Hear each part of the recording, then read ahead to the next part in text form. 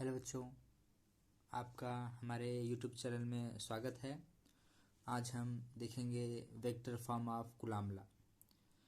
Actually vector form of Coulomb's law होता क्या है, ठीक है।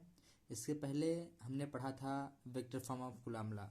वेक्टर फॉर्म ऑफ कुलाम्बला क्या होता है कि हमने बताया था कि जैसे दो चार्जेस यहाँ पे Q1 और यहाँ पे Q2 चार्ज स्थिर हो, ठीक है।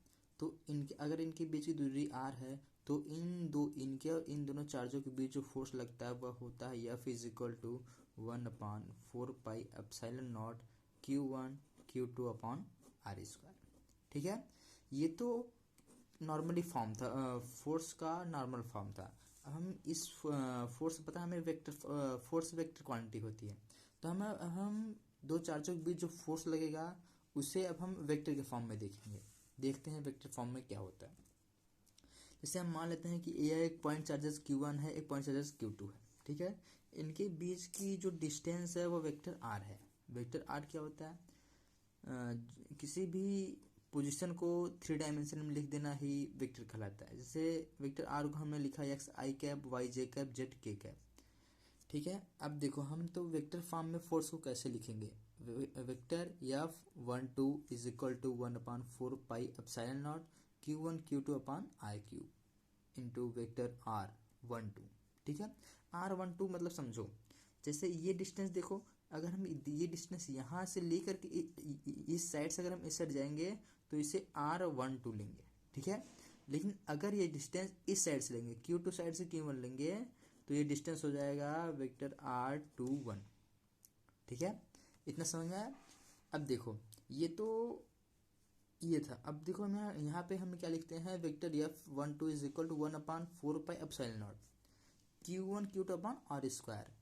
देखो इसके पहले यहाँ पे क्या था, वेक्टर R1 था, 1 2 था, और यहाँ पे R³ था। यहाँ पे क्या हो गया, R स्क्वायर हो गया। यहाँ पे वेक्टर यूनिट R कैप 1 2 हो गया। ये यूनिट वेक्टर क्या होता है, हमने बताया कि यूनिट यूनिट वेक्टर होता है किसी भी वेक्टर के मैग्नीट्यूड में, किसी भी वेक्टर में उसके मैग्नीट्यूड से डिवाइड कर देते हैं तो वह यूनिट वेक्टर निकल जाता है, ठीक है।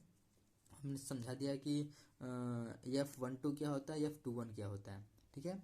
अब चलो अब हम देखते हैं कूलम्ब लॉ पे इफेक्ट ऑफ मीडियम का क्या इफेक्ट पड़ेगा, ठीक है। तो देखो इसमें केस फर्स्ट है, यदि एक चार्जेस यहाँ पे रखा हो, एक चार्ज यहाँ पे रखा गया हो, इन दोनों चार्जों के बीच के डिस्टेंस को अगर हम पूरा डाइलेक्ट्रिक मीडियम से कवर कर देंगे तो फोर्स की क्या हो जाएगा। तो देखो फोर्स क्या हो जाता है, F medium is equal to F air upon के क्या है, यह जो मीडियम है इसका डाइलेक्ट्रिक कांस्टेंट होता है के, 1/4πε0 के Q1 Q2 upon r square. ये तब फोर्स लगेगा जब दोनों चार्जों के बीच टोटली डाइलेक्ट्रिक मीडियम से फिल हो तब। लेकिन ये भी तो हो सकता है कि ये पूरा डाइलेक्ट्रिक मीडियम से ना फिल हो, आधा फिल हो, कुछ भी फिल हो। तो उसके लिए देखो क्या कंडीशन बनता है, केस सेकेंड है। उसके लिए हमने मान लिया कि ये इतना डाइलेक्ट्रिक मीडियम से भरा हुआ है जिसका डाइलेक्ट्रिक कांस्टेंट क्या है, के है।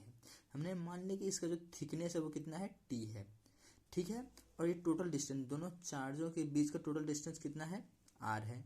तो इन दोनों चार्जों के बीच फोर्स कितना लगेगा, F इज इक्वल टू, ठीक है, 1/4πε0 Q1 Q2 upon R minus T plus T root के का होल स्क्वायर, ठीक है।